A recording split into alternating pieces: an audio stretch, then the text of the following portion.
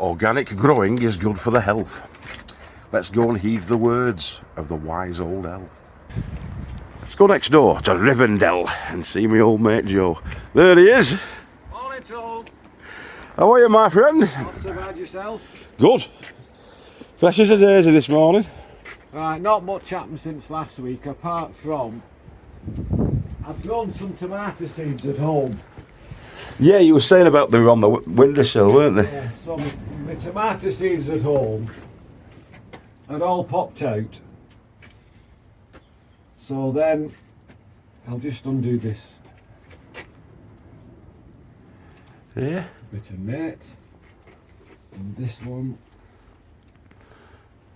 They'll be going in here, these, won't they? All ready to receive that soil. Yeah, the beds have all been dug down, dug out, manure underneath, compost, everything's under the soil. Yeah. Bit of the soil back on top. So the beds, as much as they're dry and dusty, they've all got the ingredients necessary for when these life. are planted out. Oh yeah. So there we go. So there's 2 trays of money, 2 money maker, 2 Roma, which is the Italian plum tomatoes, Yeah. and then all them are just gardener's delight, the small cherry. So I picked them out on Wednesday, and suddenly then from having a little tray with all the little seedlings in, suddenly when you pick them out then and put them into your trays, where do you put them? Windowsill's not big enough, is it? So anyway, this is just a piece of old staging, yeah. I've doubly insulated it with some green net. So even now, That's going to act like a fleece, isn't it, over the that's top? like a fleece. So if we get a particularly cold night, yeah, they're like doubly wrapped, doubly insulated. So they can stay there now, you know, till they grow on. Yeah. And then away they go. You're saying about pricking them out. Can you describe that process for us? Can I describe the process? You've got a small seed tray or a big seed tray. You've made your mix, you've sprinkled your seeds on top, you've covered them with a light dust and a compost again. Yeah. So that's what you've done. And then within, I think, a week, these were just showing through the ground. So it only took a week from sprinkling the seeds to the tomatoes coming through. In a sunny window. That was just on the back bedroom windowsill at home. And then from there, then within another 2 weeks of that, they were getting tall and leggy. So they were probably 3-4 inches high. Yep. Yeah, with a good pair of leaves on. But because the mix was a nice open compost, loads of perlite, if you like 3 to 1, which is the way I make my mix up, whether you use perlite or vermiculite, them little tiny hair roots can start to get to grow.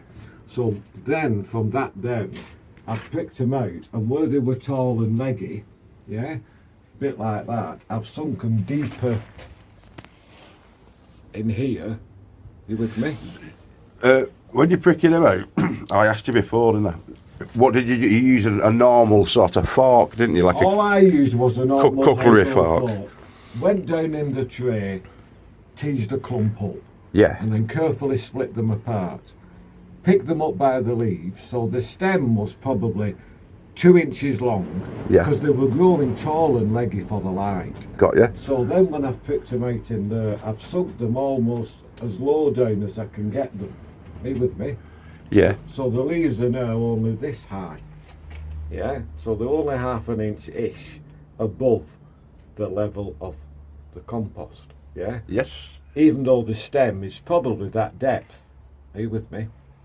But because the stem is in the soil as well, they'll start to get extra roots coming out the stem that is buried in the ground to increase the root growth. Belting. See- Because on the... Yeah, there's the hairs, isn't there? That are Yeah. on the... So they're quite a hairy stem, a tomato. And the root will grow from these hairs. So if you bury them underground like that, Yeah. all these hairs will potentially become root then. That's right. Oh, that's it with the tomato plants. Amazing, really, because every part of the stem, if buried, this is why when we get the suckers on, you can take the suckers off them, can't you? And that's later down the line, obviously, get the suckers out and plant the suckers on. So they're just in there now, protected, and they can slowly grow on. And then once they get big enough then, yeah, Yep. they'll get planted in the beds. And then we'll go through that at a later date, because I use my bottomless pots. Yeah, like we said last week. Like we said last week, so we'll go through that. To every phase, a different procedure. That's it. So if you want to go in the other greenhouse, Yeah, just have a catch up, Paul. because we were laughing before the things. On the last elf episode, what did we say? The last elf episode, there was only 2 trays here. Yeah, the flowers. These are white poppies just coming through, and then the other one we couldn't remember is forget-me-nots. Anyway, Forget me not, you couldn't remember, could you? so when I came up on Wednesday and I've put my tomatoes in, I've done some beetroot, spring onion, collie, broccoli and cabbage. Right, oh. Right, so they've only been in the trays now 3 days. Yeah, they'll not be popping through for another couple of weeks, Yeah, will they? maybe 10 days. So they're in situ. The strawberries, again, are in situ. This is just for an early crop. In the gutters. In the gutters for the little one. And like I say, they aren't outside now in the cold or the wet or whatever. They're in here, they're sheltered, they're protected. They'll come on earlier than the ones that are outside in the open ground. Yep. And we'll just get an early crop of strawberries. Now you can use these as well for peas, can't you? If you want, yeah. People can do, because Yeah. the cap ended there, but you can remove the ends when well, it's a different process. There's see a video If you were later going on to grow peas in there, you would just half fill it with your soil, your compost, whatever. You put your peas in, yeah? Yeah. And once your peas have come through then and they get a couple of inches high, if you can imagine taking that end off, going to where you're going to plant them, and you can literally slide the whole length into the ground with the roots, yeah? And there they are, set up and established. You just make like a shallow trench, don't you, and then That's it. shuffle them That's into right, it. yeah. Yeah. I think I did it last year, I'm pretty sure. The onions are slowly coming on, yeah? So, but they'll probably go in the end of this month, yeah? Yeah. But I've done them in 2 stages. I did these probably, I don't know, a month ago, but they've only just gone in the last week. Right. So you can have a bit of a succession Yeah, coming. so if I lose any of these, because you can always reckon you might lose 10%. Yeah. But I've just got some backups and some spurs. Red onions, which are down here, they're just showing now. So they're on the way. What sort were them, mate? Were they Electra or Red Baron or something like They're that? Red Baron. They're Red Baron. Yeah, so that's just a Red Baron onion. Like And these are like stir. Are they stir on these? Yeah, they're stir on, Yeah. Tony, yeah. Belting. Oh, spuds. As we said, 3 lots of potatoes, 3 lots of Winstons, which are all early, and the other one is Charlotte. Now they're just getting their chits on now. They're a nice salad potato, aren't they, But Charlotte? generally, everybody puts potatoes in roughly the 17th of March, St Paddy's Day. Yeah. But depending on the weather, if it's still too cold or too wet, yeah, it doesn't matter if they go in a fortnight later. Yeah, they will catch up. Yeah, because the ground has to have warmed, doesn't it, really? Well, it's no use taking these out of here now. Yeah. Going outside there into whichever bed I'm going to put them in. I'm talking of that, I'll show you my little plan in a minute. But if you were to take these out of here now and put them in cold ground, then we get loads of rain or we get a bit of frost, you're going to slow them down. Yeah. Because we wouldn't take our shoes and socks off now and put our feet in a bucket of cold water, would we? So it's no use putting them in the ground until the ground's just warmed up that little bit more. There's that old saying, was it not a saying, but it's like the Scotsman with his kilt in it. He doesn't wear underpants, the Scotsman. He'll have to lift his kilt up, put his bum on the ground, and if it makes him go, woo, then it's too cold to plant, apparently, isn't it? But don't plant anything out if the ground's not ready or whatever you're putting in the ground isn't ready. Yeah. Because you'll just shock it. Sets them back a bit, doesn't it? So if we ever wander up, I was saying before, this morning I've turned all this bed over. Well, not all of it, but most of it. Because this is my raspberry bed. Yeah? So, and these are a late flowering raspberry. Right. Called Autumn Treasure. And at the end of the season, which is normally October, they get taken down completely to the ground because they're an autumn one. And then we'll get the new growth coming up for this year's crop of raspberries. So the autumn one grows on the new growth, doesn't Yeah, it then? yeah, And the spring right. will grow on the old branch, won't it? The Yeah, old. so if you've got what they call like an earlier summer flowering raspberry, when you prune those back, yeah, the summer flowering ones will flower on what was that year's growth. So you Right. take the old stuff out and you leave the new stuff on. The brittle old stuff out. But anyway, Right. what these had done, had set runners underneath the flag and they were coming up in part of the bed. So they've all been ripped out this morning. It's the root, it's called the rhizome system, isn't it? The root goes under, travels under. Oh look, there's one coming through here now. Oh, yeah. And it's just travelled underneath. Coming underneath and going into spreading into these beds. That's what you're going to be watching. So you've dug the ones out that have spread underneath, haven't Yeah, you? because most of them was within, I don't know, 15 inches all the way down the length. But Yeah. by the time I'd roughed all the bed over and dug them out, I've just raked it all over again. Yeah, smooth it all out. So it looks clean and black as opposed to the ones that haven't been touched yet. So going back to what's going on. When I get a little map, I thought it were Clive then. Oh, sorry about the wind, guys. I don't want five just yet. Where's my bits of paper? Let's put these where you can see.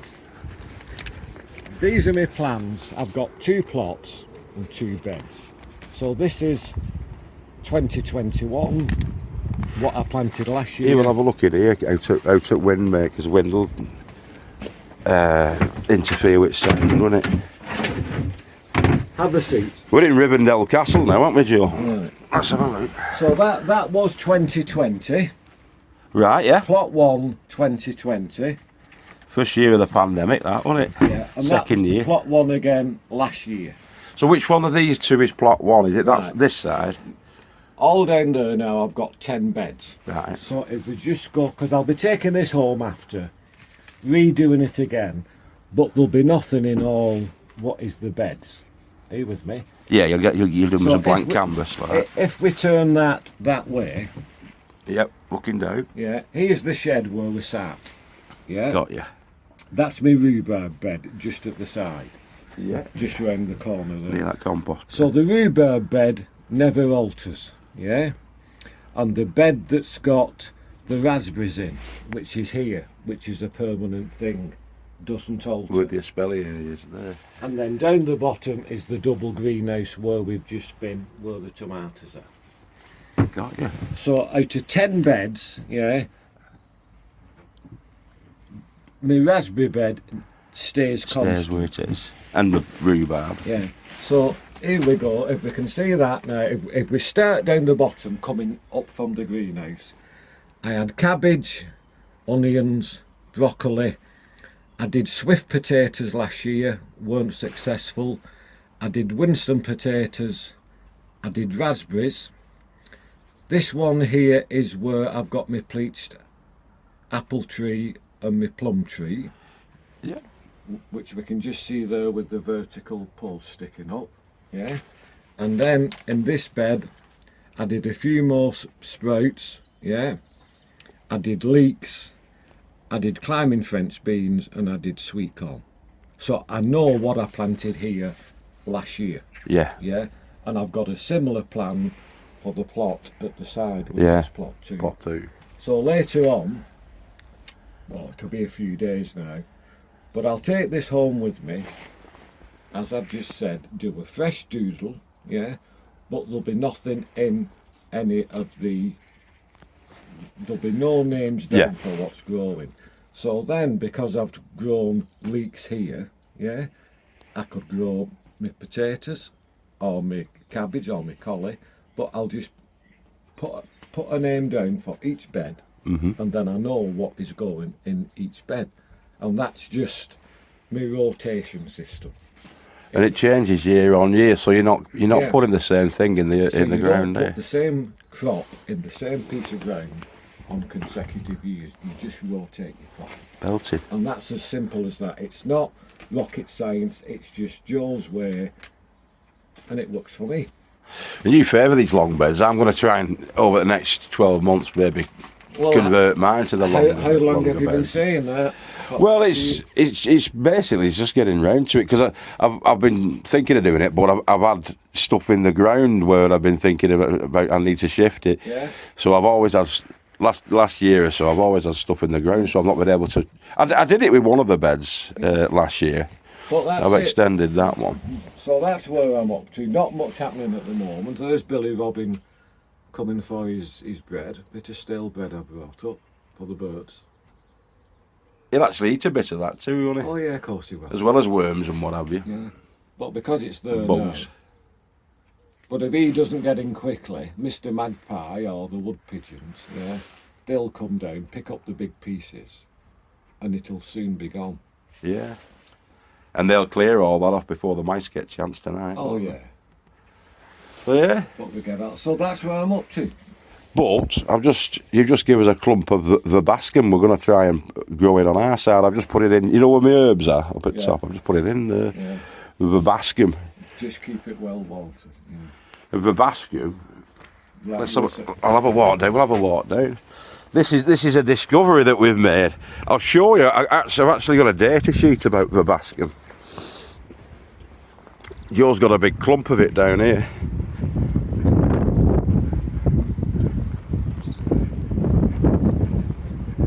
Or mullen, it's sometimes called. I think in America it's called mullen, but it's here.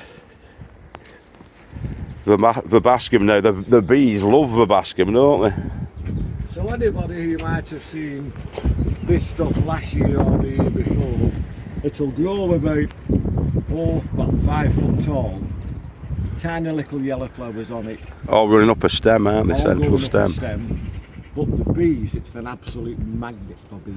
A magnet for bees. And it doesn't normally. I've had no success when I've tried to split it before. But having said that, I haven't done it. We've just broke a clump off now. I'm going to try it. There was some roots attached. And because it's early in the year, yeah, hopefully it's going to settle for you. It might do, because I've been trying to get some seeds, but I've been to a couple of places now and I couldn't find any verbascum seeds. These leaves that come off it, have a look online if you don't believe me, but the verbascum or mullein leaves are very good as a tea for people with chest problems, chest complaints. Well, all those smokers should maybe have a cup of tea of that every day. yeah, maybe benefit from that. I don't know, Tony, but it's worth a try. Black and green tea's supposed to be good for you, isn't it? Well, Antioxidant, anti-inflammatory and that. so's a lager occasionally, isn't it? Ale Well, lager. I'd say that's the best treatment, me, Yeah. to be fair. Or a glass of good red wine, that's one of my little favourites. Red wine, very good for your heart, isn't Yeah, it? so do you reckon. Anthocyanins, it's called, that red pigment. Everything in moderation. Everything in Nothing moderation. is boring. Except for crack cocaine, boys and girls, you don't want to try that in But if you moderation. do something today and like it, you can do it again tomorrow. Yeah, So always have a go at something, because if you don't like it, you don't like it. you don't like it. But at least you can say you've tried then. It's like we all have kids when they're little. I don't like this and I don't want that. Well, they haven't. Lots of times kids might look at things and say, but have a taste. I've not had... well, talking about the bee-friendly stuff, what sort of flowers would you plant? Morning. What can we do for you? I'm just having a mooch. I was seeing if you were on. I always have a look now, see what you're doing, and then I'll know what I've got to do. See you, Therese. Take care. Yeah, Tony's doing one of his videos. We're doing a video for YouTube. Because I gave And us. you're on it now, right now? So I gave us. This is one of our wonderful plot holders. So I gave her some red onions and some white onions. Was it Wednesday? Yeah, they're all in. They're all in. Some of them look like they're shooting quicker than the original onions I put in. Well, it's like these nice things. Here, I'll just pause it so you don't get... Yeah, he's just cut us a bit of a clump off there. They've got a quite long tap root, so hopefully That's what we're talking about. The verbascum or mullein will grow there. You can grow it from seed, obviously, but I've not been able to get hold of any. But it's supposed to be very good for your lungs. What flowers? For the bees, because we've got that, haven't we? That verbascum. Verbascum's in there now, which is just starting. All the flowers. I'm going to have to pause it because Kenneth's here. Just so it doesn't wobble about. We're going to do the flowers next time because we're having to think about the flowers for this year. So yeah, we'll just do a wrap up now, boys and girls. Catch you all soon. Keep going with your heads down. Right, so let's go and pay the rent and have a chat with Pat. Nice one. Thanks a lot. Thanks a lot, Joe. See you later. Catch you soon. Bye bye. Okay. It's always good to see the wise old elf. Joe Low. They're all good ones on here. I mean, I've just had this off the allotment secretary, Pat Hawthorne Whips, and that's to fill a gap up at the top in the hedgerows. Got a bit of a gap in the top corner there, only about a foot or two wide. But yeah, we're going to keep that filled up. We like keeping the hedgerows because the hedgerows they're good for the wildlife. You know, they can crawl through, use them as sort of passageways across the land, and also the birds, the Tweety birds, use them for the nests, and it protects them from the attack of predatory birds and what have you, and corvids. Keep growing with your heads down. We'll see you next time. Remember, we love you all. Take care of yourselves and each other. Bye bye. See you later. Oh, don't forget to comment, like and subscribe if you're not already a subscriber. If you are a subscriber, hit that bell notification button so you don't miss another exciting episode down with me and Joe and Mick and all the other fantastic folk down here and in the Eden plots. All right. Have a good one. Bye bye now.